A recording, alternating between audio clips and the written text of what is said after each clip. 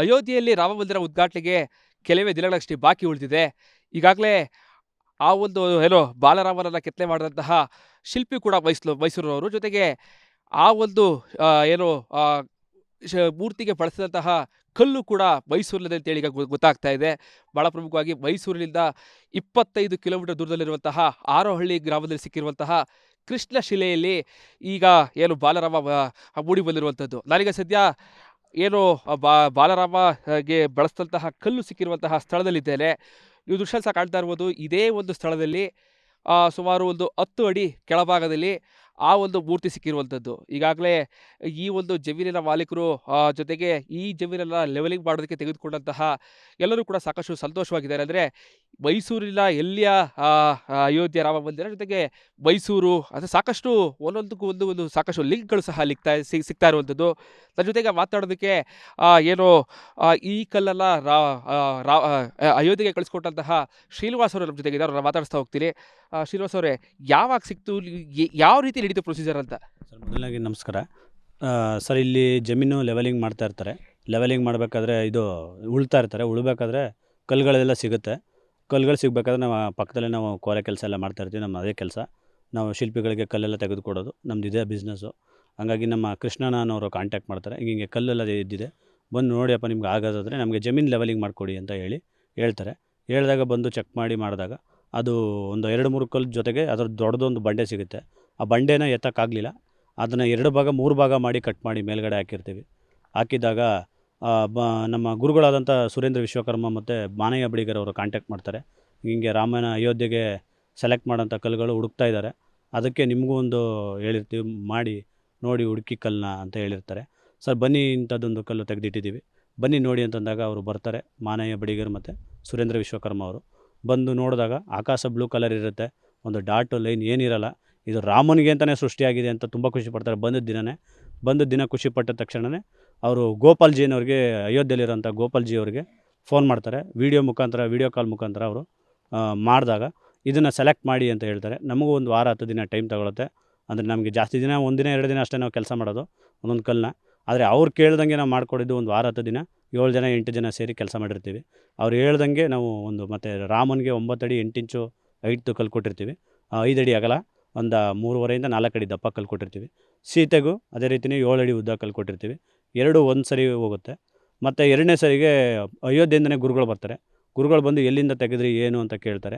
Sir, ಇಲ್ಲಿಂದನೇ ತೆಗೆದೋ ಗುರುಗಳೇ ಅಂತ ಹೇಳಿದಾಗ ಅವರು ಬಂದು ಆಶೀರ್ವಾದ ಮಾಡಿ ಮತ್ತು ಮಾರ್ಕಿಂಗ್ ಎಲ್ಲ ಮಾಡಿ, ಇಲ್ಲಿಂದನೇ ನಮಗೆ ಮಣ್ಣು ಬೇಕು ಅಲ್ಲಿಗೆ ದೇವಸ್ಥಾನಕ್ಕೆ, ಗರ್ಭಗುಡಿಗೆ ಅಂತೇಳಿ ಒಂದು ಪ್ಯಾಕೆಟಲ್ಲಿ ಮಣ್ಣು ತೊಗೊಂಡೋಗ್ತಾರೆ. ತಗೊಂಡೋದಾಗ ಎಲ್ಲರಿಗೂ ಆಶೀರ್ವಾದ ಮಾಡಿಬಿಟ್ಟು, ಈ ಮಣ್ಣೆಲ್ಲ ಅಲ್ಲಿ ಗರ್ಭಗುಡಿ ತಗೊಂಡೋಗಿದ್ದಾರೆ ಅಂತ? ಹೌದು ಸರ್. ಗರ್ಭಗುಡಿಗೆ ಒಂದು ಪ್ಯಾಕೆಟಲ್ಲಿ, ಇಲ್ಲಿಂದ ಗರ್ಭಗುಡಿಗೆ ತೊಗೊಂಡೋಗ್ಬೇಕು ಮಣ್ಣು ಅಂತೇಳಿ ಒಂದು ಪ್ಯಾಕೆಟಲ್ಲಿ ಮಣ್ಣನ್ನ ತೊಗೊಂಡೋಗ್ತಾರೆ ಕಾರಲ್ಲಿ ಬಂದು. ಆಮೇಲೆ ಎಲ್ಲರಿಗೂ ಆಶೀರ್ವಾದ ಮಾಡಿ, ಮತ್ತೆ ಇನ್ನೂ 3 ಕಲ್ಲನ್ನ ನೀವು ಕಳಿಸ್ಬೇಕು. ಈಗ ರಾಮ ಸೀತೆಗೆ 2 ಕಳಿಸಿದ್ದೀರಾ, ಲಕ್ಷ್ಮಣ ಮತ್ತು ಭರತ ಶತ್ರುಘ್ನ ಇನ್ನೂ 3 ಕಲ್ಲು ಕಳಿಸ್ಬೇಕು ನೀವು ಅಂತೇಳಿ ಅವತ್ತೇ ಆದೇಶ ಮಾಡ್ತಾರೆ. ಮತ್ತು ಅವತ್ತೇ ಅವರೇ ತೋರಿಸ್ಕೊಡ್ತಾರೆ, ಇಂತಿಂಥ ಕಲ್ಲನ್ನೇ ನೀವು ಕೊಡಬೇಕು ಅಂತ ಅವರೇ ತೋರಿಸಿರ್ತಾರೆ. ಅದನ್ನು ಡ್ರೆಸ್ಸಿಂಗ್ ಮಾಡೋಕ್ಕೆ ನಮಗೊಂದು ತಿಂಗಳು ಟೈಮ್ ತೊಗೊಳುತ್ತೆ. ಮಾಡಿ ಕಳಿಸಿರ್ತೀವಿ. ಅದನ್ನು ಸುರೇಂದ್ರ ಸರ್ ಅವರು ಬಂದು ಅವರೇ ನಿಂತು ಎಲ್ಲ ಮಾಡಿರ್ತಾರೆ ಪಾಪ. ಯಾಕಂದರೆ ಅವರು ಗಿಡಾಟಗಳೆಲ್ಲ ಸಮಸ್ಯೆ ಅವ್ರಿಗೂ. ಬಂದು ಅವರೇ ನಮಗೆ ಜವಾಬ್ದಾರಿ ವಹಿಸಿದ್ದಾರೆ. ಅವ್ರಿಗೂ ತೊಂದರೆ ಆಗೋದು ಬೇಡ, ನಮ್ಮ ಮರ್ಯಾದೆ ಕಳ್ಕೊಳ್ಳೋದು ಬೇಡ, ಇಷ್ಟು ದೊಡ್ಡ ಶಿಲ್ಪಿಯಾಗಿ ಅಂತೇಳಿ ಅವರೇ ಬಂದು ಎಲ್ಲ ನೋಡಿ ಮಾಡಿ ಸೆಲೆಕ್ಟ್ ಮಾಡಿ ಅವ್ರು ಹೇಳ್ದಂಗೆ ನಾವು ಕೆಲಸ ಮಾಡಿಕೊಟ್ಟಿರ್ತೀವಿ ಸರ್. ಅಂದರೆ ಸುಮಾರು ಎಷ್ಟು ಕಲ್ಲು ಕಳಿಸಿದ್ದೀರಾ ಸರ್ ಅಲ್ಲಿಗೆ? ಎಷ್ಟು ಟನ್ ತೂಕ ಇದೆ ಮತ್ತು ಎಷ್ಟು ಕಲ್ಲುಗಳ ಕಳಿಸ್ಕೊಟ್ಟಿದ್ದೀರಾ ಅಲ್ಲಿಗೆ? ಸರ್, ಮೊದಲನೇದು ರಾಮ ಮತ್ತು ಸೀತೆದು 17 ಟನ್ ಬಂತು ಸರ್.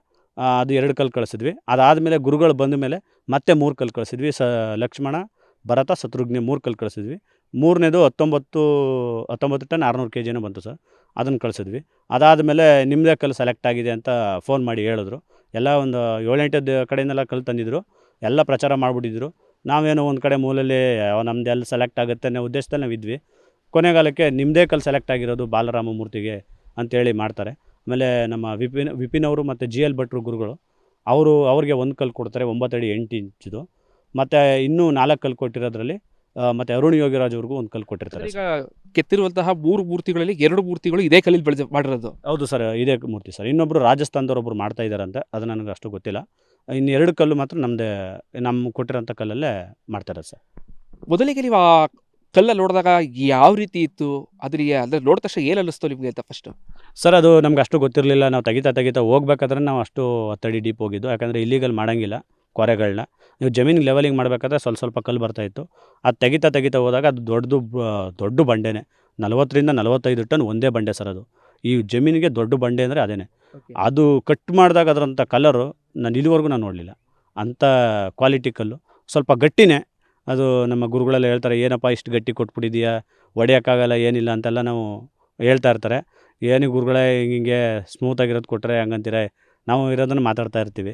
ಆವಾಗ ಹೇಳ್ತಾರೆ ತುಂಬ ಚೆನ್ನಾಗಿ ಬಂದಿದೆ, ದೇವ್ರು ಒಳ್ಳೇದು ಮಾಡಲಿ ಗಣಪ, ನಿನ್ನಿಂದನೇ ಈ ಕಡೆಯಿಂದ ಬಂದಿದೆಯಲ್ಲ, ಎಲ್ಲಿ ಅಯೋಧ್ಯೆ, ಎಲ್ಲಿ ನೀವು ಕೆಲಸ ಮಾಡೋದು ನೋಡಿ, ಎಲ್ಲಿಂದ ಎಲ್ಲಿ ಕರ್ಸ್ಕೊತವನೇ ದೇವರು ಅದೇ ಹೇಳ್ತಾ ಇರೋದು. ಅಯೋಧ್ಯೆಯರು ಉತ್ತರ ಪ್ರದೇಶದಲ್ಲಿ, ಮೈಸೂರು, ಆರೋಳ್ ಇರೋದಲ್ಲಿ ಎಷ್ಟು ಏನು ಅನಿಸುತ್ತೆ ಸರ್ ಇವೆಲ್ಲ ನಡೀತಾ ಇರೋದು ನೋಡಿದಾಗೆ? ತುಂಬ ಖುಷಿ ಆಗುತ್ತೆ ಸರ್. ಯಾಕಂದರೆ ನಾವು ಯಾವ ಜನ್ಮದ ಪುಣ್ಯ ಮಾಡಿದ್ವೋ, ನಮ್ಮ ಪೂರ್ವಜರು ಪುಣ್ಯ ಮಾಡಿದ್ರು. ಮತ್ತು ಜಮೀನವರು ನಮ್ಗೆ ಅಷ್ಟೇ ಸಪೋರ್ಟ್ ಮಾಡ್ತಾರೆ ಸರ್. ಅವರು ಯಾವುದೇ ರೀತಿಯೂ ನಮಗೇನು ಒಂದು ತೊಂದರೆ ಕೊಟ್ಟಿರಲ್ಲ. ಕಲ್ಲು ತೊಗೊಂಡೋಗ್ಬೇಕಾದ್ರೂ ಮತ್ತು ಅವರೇ ಖುಷಿಯಿಂದ ಪೂಜೆ ಮಾಡಿ ಕಳಿಸ್ಕೊಡೋಂಥದ್ದು. ಅವರಿಂದನೇ ನಮ್ಗೆ ಇಷ್ಟೊಂದು ಸಹಕಾರ ಆಯಿತು ಸರ್. ಅಂದರೆ ಸುಮಾರು 5 ತಿಂಗಳಲ್ಲಿ ಎಷ್ಟು ದಿನಕ್ಕೆ ಕಳಿಸ್ಕೊಟ್ರಿ, ಹೇಗೆ ಹೇಳ್ತಾ ಅದು ಯಾವ ರೀತಿ ಕಳಿಸ್ಕೊಟ್ರಿ ಇರೋಂತ ಸರ್, ಕಳಿಸ್ಕೊಟ್ರೆ ಹೇಗೆ ಹೇಳ್ತಾ? ಇಲ್ಲ ಸರ್, 2 ಕಲ್ಲು ಅವರೇ ಲಾರಿ ಟ್ರಸ್ಟಿಂದ, ರಾಮನ ಅಯೋಧ್ಯೆಯಿಂದ ಟ್ರಸ್ಟಿಂದ ಒಂದು ಲಾರಿ ಕಳಿಸ್ತಾರೆ. ಅದರಲ್ಲಿ ಎರಡು ಕಲ್ಲು ಕಳಿಸಿರ್ತೀವಿ. ಅದು ನೋಡಿ ಗುರುಗಳು ಬಂದಾದಮೇಲೆ ಮತ್ತೆ ಅವರೇ ಗಾಡಿ ಕಳಿಸ್ತಾರೆ. ಮತ್ತೆ 3 ಕಲ್ಲನ್ನ ಕಳಿಸ್ತೀವಿ ಸರ್, 1 ತಿಂಗಳು ಬಿಟ್ಟು. ಕಳಿಸ್ತಾರೆ. ಹಾಂ ಸರ್. ಅಂದರೆ ನಿಮ್ಗೆ ಅವ್ರಿಗೆ ಪರಿಚಯ ಆದರು ಸರ್ ಅಂತ ಈ ಅಂದರೆ, ಯಾಕಂದರೆ ಅರುಣ್ ಯೋಗಿರಾಜ್ ಅವ್ರಿಗೂ ಎಲ್ಲರೂ ರಿಲೇಷನ್ಶಿಪ್ ಯಾವ ರೀತಿ ಪರಿಚಯ ಆಯಿತು ಅಂತ? ಸರ್, ರಿಲೇಷನ್ ಇಲ್ಲ. ನಮ್ಮ ತಂದೆ ಮತ್ತು ಅರುಣ್ ಯೋಗಿರಾಜ್ ಅವ್ರ ತಂದೆನೂ ಇಬ್ಬರು ಫ್ರೆಂಡ್ ಸರ್. ಯಾಕಂದರೆ ಅವರು ನಮ್ಮ ತಂದೆ ಹತ್ರನೇ ಕಲ್ಲು ತಗೋತಾ ಇದ್ದಿದ್ದು. ಅವರೆಲ್ಲ ಆಗಿನ ಕಾಲದಿಂದನೂ ಫ್ರೆಂಡ್ಸ್ ಸರ್. ಅರುಣ್ ಯೋಗಿರಾಜ್ ಅವ್ರಿಗೂ ನಮಗೂ ಅಷ್ಟು ಕಷ್ಟಲ್ಲೇ ಕಾಂಟ್ಯಾಕ್ಟ್ ಏನು ಜಾಸ್ತಿ ಇಲ್ಲ. ಫೋನಲ್ಲಿ ಮಾತಾಡ್ತಾ ಇರ್ತೀವಿ. ಕಲ್ಲು ಬೇಕು ಅಂದರೆ ಫೋನ್ ಮಾಡ್ತಾರೆ, ಇಲ್ಲ ಅಂದರೆ ಇಲ್ಲ ಸರ್. ಅಷ್ಟು ಕಷ್ಟಲ್ಲೇ ನಮಗೆ ಎಲ್ಲ ಶಿಲ್ಪಿಗಳು ಕಾಂಟ್ಯಾಕ್ಟ್ ಸರ್. ಹೆಚ್ಚು ಕಡಿಮೆ ನಾವು ಆಲ್ ಓವರ್ ಎಲ್ಲ ಸೇರಿ ಒಂದು 3,000 ಜನ ಕಾಂಟ್ಯಾಕ್ಟ್ ಇದ್ದಾರೆ ಸರ್. ಓಕೆ. ಇದು ಏನೋ ನಟರಾಜ್ ಅವ್ರು ಹೇಳ್ತಾ ಇರುವಂಥದ್ದು, ಇದೇ ಜಾಗದಲ್ಲಿ ಆ ಕಲ್ಲು ಸಿಕ್ತ ಸಂದರ್ಭದಲ್ಲೂ ಕೂಡ ಸುಮಾರು 10 ಅಡಿ, ಅಂದರೆ ಸುಮಾರು 5 ಅಡಿ ತೆಗೆದ ಸಂದರ್ಭದಲ್ಲಿ ದೊಡ್ಡ ಬಂಡೆ ಸಿಗುತ್ತೆ. ನಮಗೆ ಬೆಂಗಳೂರವರು ಗುರುಗಳು ಸಹ ಬಂದು ಭೇಟಿಯನ್ನು ಮಾಡಿ ಆ ಕಲ್ಲು ಬೇಕು ಅಂತ ಕೇಳಿದಾಗ ಈ ಕಲ್ಲನ್ನು ತೋರಿಸಿ, ಜೊತೆಗೆ ಇದಾದ ಬಳಿಕ ಅಯೋಧ್ಯೆಯಲ್ಲೂ ಕೂಡ ಗುರುಗಳು ಬಂದು ಮಾರ್ಕನ್ನು ಮಾಡಿದ್ರು. ಇದೇ ಸ್ಥಳದಲ್ಲಿ ಮಾರ್ಕನ್ನು ಮಾಡಿ ಆ ಒಂದು ಕಲ್ಲನ್ನು ತೆಗೆದುಕೊಂಡೋಗಿದ್ದಾರೆ. ಈಗ ನಮ್ಮ ಜೊತೆ ಮಾತಾಡೋದಕ್ಕೆ ಈ ಜಮೀನಿನ ಮಾಲೀಕರು ಕೂಡ ಇದ್ದಾರೆ, ಅವ್ರನ್ನ ಮಾತಾಡಿಸ್ತಾ ಹೋಗ್ತೀನಿ. ಸರ್, ಈಗ ಎಷ್ಟು ಖುಷಿ ಆಗ್ತಿದೆ ನಿಮಗೆ ಏನು ಅಂತ ಸರ್? ತುಂಬ ಖುಷಿ ಇದೆ ಸರ್. ರಾಮನ ವಿಗ್ರಹ ನಮ್ಮ ಭೂಮಿಲಿ ಸಿಕ್ಕಿದೆ ಅಂತಂದರೆ ನಮಗೆ ತುಂಬ ಖುಷಿ ಇದೆ ಸರ್. ಓಕೆ. ಹ್ಞೂ. ಅಂದರೆ ನೀವು ಇಬ್ಬರು ಏನು ಅನಿಸುತ್ತೆ ಸರ್ ನಿಮ್ಗೆ? ಆ ಕಲ್ಲು ಸಿಕ್ತಾಗ ಕೇಳಿದಾಗ ನಿಮ್ಗೆ ಏನು ಅನಿಸುತ್ತೆ ಸರ್? ಸರ್, ನಮ್ಗೆ ಅದು ಏನಕ್ಕೂ ಯೂಸ್ ಆಗಲ್ಲ ಅನ್ನೋ ರೀತಿಲಿ ಇದ್ದು, ಅದೇನೋ ಇದ್ದಕ್ಕಿದ್ದಂಗೆ ಇವರು ಈ ಜಮೀನು ಕಡೆಗೆ ಬಂದಿದ್ದರು. ಆಗಪ್ಪ ನಮ್ಗೆ ನೇಗಿಲಿಗೆಲ್ಲ ಸಿಗುತ್ತೆ, ಇದನ್ನೇನಾದ್ರು ಮಾಡಿ ತೆಗಿಯೋಕ್ಕಾದ್ರೆ ತೆಗಿಯಪ್ಪ ಅಂತಂತ ಹೇಳ್ದು. ಆಯ್ತಣ್ಣ, ಕ್ಲೀನ್ ಮಾಡ್ಕೊಡ್ತೀನಿ ಬಿಡಿ ಅಂತಂದ್ಬಿಟ್ಟು ತೆಗಿತಾ ಅದು ದೊಡ್ಡ ಬಂಡೆಯ ರೀತಿ ಬಂತು.